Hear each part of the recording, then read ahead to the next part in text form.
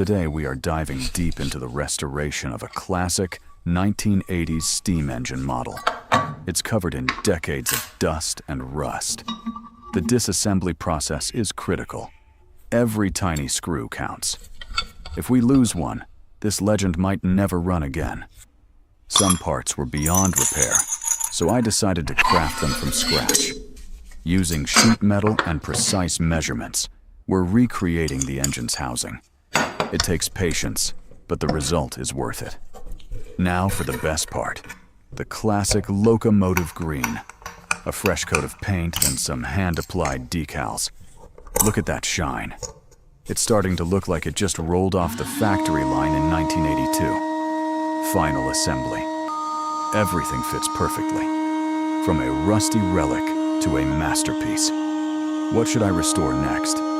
Let me know in the comments, and don't forget to subscribe for more.